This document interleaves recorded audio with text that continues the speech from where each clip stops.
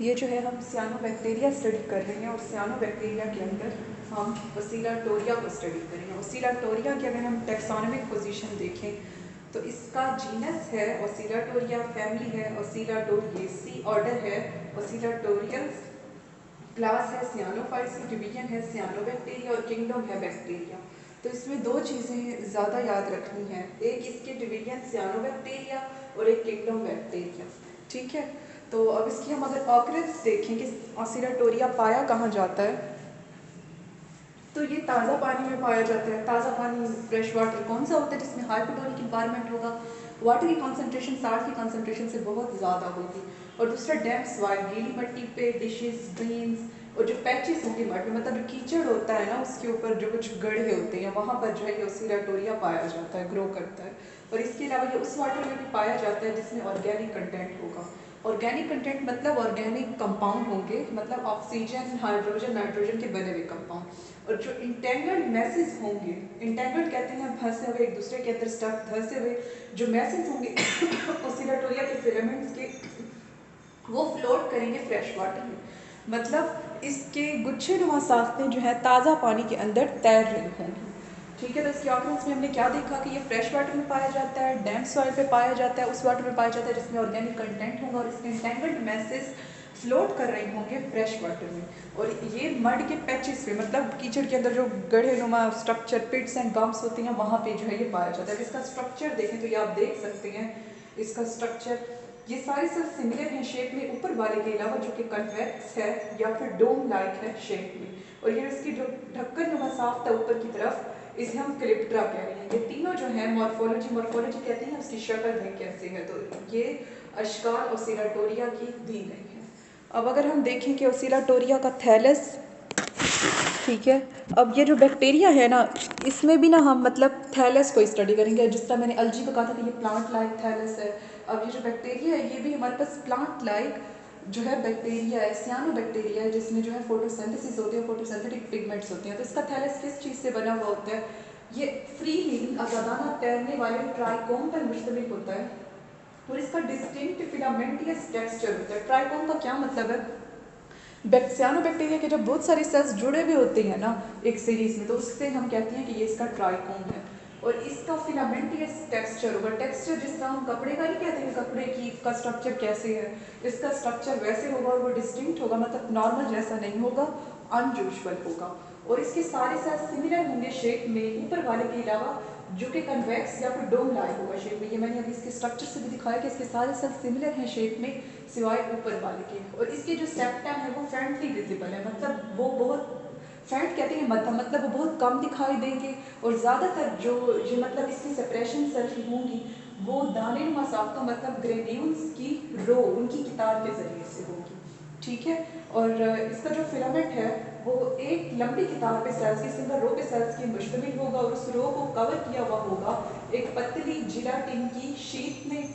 ठीक है, और जो फिलामेंट है उसमें से इसकी ब्रांचेस नहीं निकल रही होंगी, वो अनब्रांच्ड होगा। अभी आपने इसका स्ट्रक्चर ये आप देख सकते हैं कि इसमें से कोई ब्रांचिंग नहीं निकल रही है, खुद डायरेक्ट है, ये अनब्रांच्ड है। तो इसके थैलस में हमने क्या देखा कि ये फ्री लिविंग ट्राइकोम पर मुश्तमिल है जिसका डिस्टिंक्ट फिलामेंटियस स्ट्रक्चर होगा। इसके सारे सेल्स सिमिलर है शेप में सिवाय ऊपर वाले के जो कि डोम या कन्वेक्स होगा शेप में। और ये सिंगल रो पे सेल्स की मुश्तमिल होगा और इसे थिन जेलाटिनस मैट्रिक्स में घेरा हुआ होगा। और इसमें सेप्टा बहुत कम विजिबल होंगे और इसकी सेल्स की सेपरेशन ग्रेन्यूल्स लाइक स्ट्रक्चर से होगी।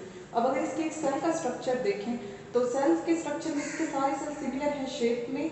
ठीक है, उनकी शेप आपस में मिलती जुलती है और इसके सेल्स में ना तो माइटोकॉन्ड्रिया होगा, ठीक है, और ना गोल्जी ऑपरेटस होगा और ना एंडोप्लाज्मिक रेटिकुलम होगा। माइटोकॉन्ड्रिया होता है रिस्पायरेशन के लिए, गोल्जी ऑपरेटस सिक्रेशन को मॉडिफाई करने के, सिक्रेशन एमिट और उन्हें मॉडिफाई करने के लिए होता है, एंडोप्लाज्मिक रेटिकुलम प्रोटीन के लिए होता है। तो ये तीन स्ट्रक्चर इसमें नहीं होंगे, इससे मिलते जुलते और स्ट्रक्चर होंगे जिनके ज़रिए से ये सारे काम जो है उस ओसिलाटोरिया के सेल में होंगे।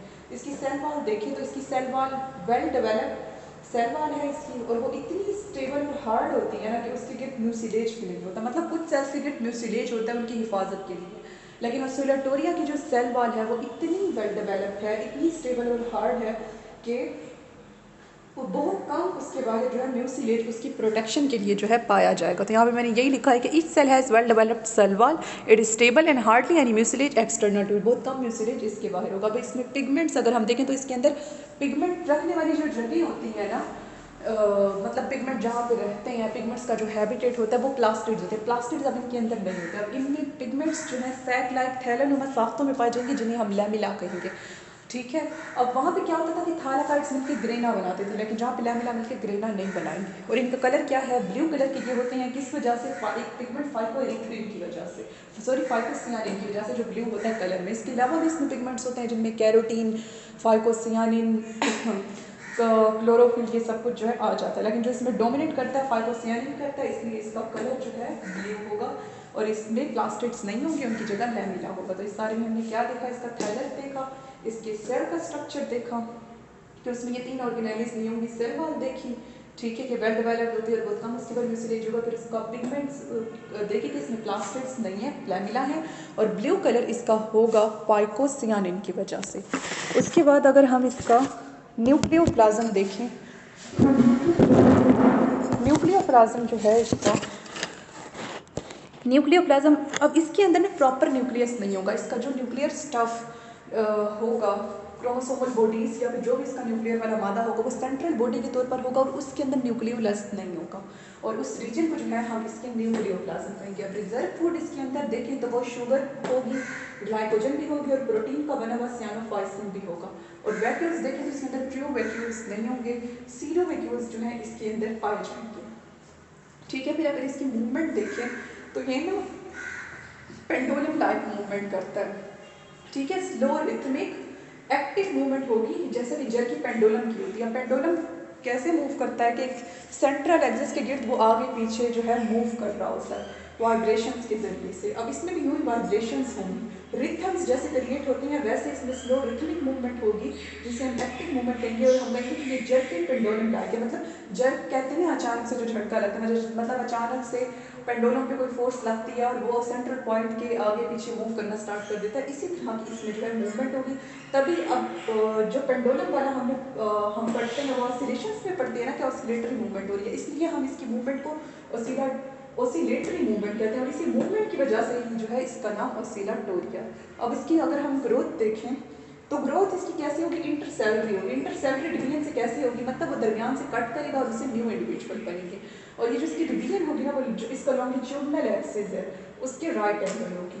ठीक है, और जैसे ये लॉन्गिट्यूडनल एक्सिस है ना, तो ये दरमियान से कट करेगा और ये जो दरमियान से कट कर रहा है, ये देखें दोनों के दरमियान ये जो डिवीजन हो रही है 90 का एंगल बन रहा है। ठीक है, और इसके अलावा जो है क्या होगा कि फिर जब ये ग्रो करेगा कटने के बाद तो इसकी लेंथ बढ़ेगी, और इसकी जो लेंथ बढ़ेगी ना वो कभी भी एक सेल से ज़्यादा वाइड नहीं होगी, मतलब कि लेंथ में ज़्यादा होगा लेकिन इसकी विड्थ हमेशा एक सेल जितनी ही रहेगी, उससे ज़्यादा इसकी विड्थ जो है, इसकी चौड़ाई नहीं बढ़ेगी। और इसमें जो सेल्स की तादाद बढ़ेगी इंटरसेलुलर डिवीजन के बाद वो एमाइटोटिकली मतलब माइटोसिस से बढ़ेगी। ठीक है, तो ये हमने इसकी ग्रोथ देखी कि दरमियान से कट करेगा, इंटरसेलरी होगी, और ये राइट एंगल ये डिवीजन होगी लॉन्गिट्यूडनल एक्सिस के।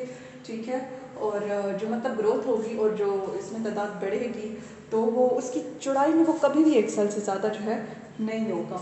ठीक है, और इसमें सेल्स की तादाद किससे बढ़ेगी, एमाइटोटिकली माइटोसिस से। उसके बाद अगर हम इसकी रिप्रोडक्शन देखें तो वो 3 है। फ्रेगमेंटेशन मतलब छोटे छोटे पीसेस में कन्वर्ट होगा जो न्यू ऑसिलेटोरिया बनाएंगे। हार्मोन से कैसे होगी कि इसके कुछ सेल्स डेड हो जाएंगे, डेड होने की वजह से जो उसका लिविंग पार्ट होगा उससे ये अलग हो जाएंगे। ठीक है, तो हम फिर कहेंगे कि ये हार्मोन्स बन गए हैं। अब जैसे ये देखें कि ये डेड सेल है और ये डेड सेल है। अब इन दो डेड सेल्स के दरमियान तो लिविंग पोर्शन है ना, जिंदा पोर्शन पड़ा है, तो इस लिविंग पोर्शन को जो है हम हार्मोन्स कहेंगे। और ये जो लिविंग पोर्शन हार्मोन्स है फिर ये नया ऑसिलेटोरिया बनाएंगे। अब नेक्रीडिया क्या होता है कि ग्रोविंग सीजन के अंदर क्या होगा कि जो सेल होगा ना ट्राइकोम के अंदर वो कोलैप्स कर जाएगा। कोलैप्स करने का क्या मतलब है, मतलब वो अपना फ्लूइड लूज़ कर देगा। ठीक है, अपनी टर्जिडिटी प्रेशर लूज़ कर देगा और म्यूसिलेज में जो है कन्वर्ट हो जाएगा। और जैसे ही उसकी टर्जिडिटी लूज़ होगी तो उसका प्रेशर भी लूज़ हो जाएगा। उसके अंदर जब फ्लूइड ही चला जाएगा जिसने उसे टर्जिडिटी प्रेशर प्रोवाइड किया हुआ था, उसे खड़ा किया हुआ था, तो ये म्यूसिलेजिक वैक्स लाइक स्ट्रक्चर में कन्वर्ट हो जाएगा जिसे जो है हम नेक्रीडिया कहेंगे। ठीक है, और ये जो नेक्रीडिया होगा इसका क्या होगा कि ये कन्वेक्स पर they become convex and dead cells become biconcave. अब ये जो होगा ना हमारे पास म्यूसिलेज लाइक स्ट्रक्चर, ये क्या होगा कि ये कन्वेक्स बन जाएगा। अब कन्वेक्स का अपोजिट होता है कनकेव। जब ये कन्वेक्स बनेगा तो इसके साथ जो डेड सेल पड़े हैं वो बाइकनकेव हो जाएंगे शेप में। यहाँ पे मैंने उनकी बनाने की कोशिश तो किया, लेकिन यहाँ पे स्पेस कम होने की वजह से सही नहीं बने। तो म्यूसिलेज कन्वेक्स हो जाएगा और उसके अराउंड जो हमारे पास होंगे डेड सेल वो बाइकनकेव हो जाएंगे, ठीक है। और फिर जो दो डेड सेल्स के दरमियान लिविंग रीजन होगा उसे हम हार्मोगोन्स कहेंगे। इन हार्मोगोन्स से जो है फिर रिप्रोडक्शन इसकी होगी वेजिटेटिव, और नया ऑसिलाटोरिया जो है हमारे पास बन जाएगा। तो इस ऑसिलाटोरिया में हमने पहले इसकी टैक्सोनॉमिक पोजीशन देखी, फिर इसके ऑर्गन्स देखी, पाया कहा जाता है, फिर इसका थैलस देखा, फिर सेल स्ट्रक्चर, फिर सेल वॉल, फिर पिगमेंट्स, फिर न्यूक्लियोप्लाज्म, फिर रिजर्व फूड, फिर वैक्यूल, फिर मूवमेंट, फिर ग्रोथ का मैंने क्या बताया कि राइट एंगल होगी, लॉन्गिट्यूडिनल एक्सिस के इंटरसेलरी होगी और माइटोसिस से होगी। फिर रिप्रोडक्शन दो तरीकों से होगी, फ्रेगमेंटेशन और हार्मोगोन्स। और हार्मोगोन्स में हमने क्या पढ़ा, नेक्रीडिया पढ़ा कि ग्रोइंग सीजन में वो अपना प्रेशर लूज कर देंगे और म्यूसिलेज में कन्वर्ट हो जाएंगे, जिसे हम नेक्रीडिया कहेंगे। और फिर जो डेड सेल्स के दरमियान लिविंग रीजन होगा जिसे हम हार्मोगोन्स कहेंगे, वो नया ऑसिलाटोरिया बनाएंगे। तो ये था हमारे पास सारा ऑसिलाटोरिया।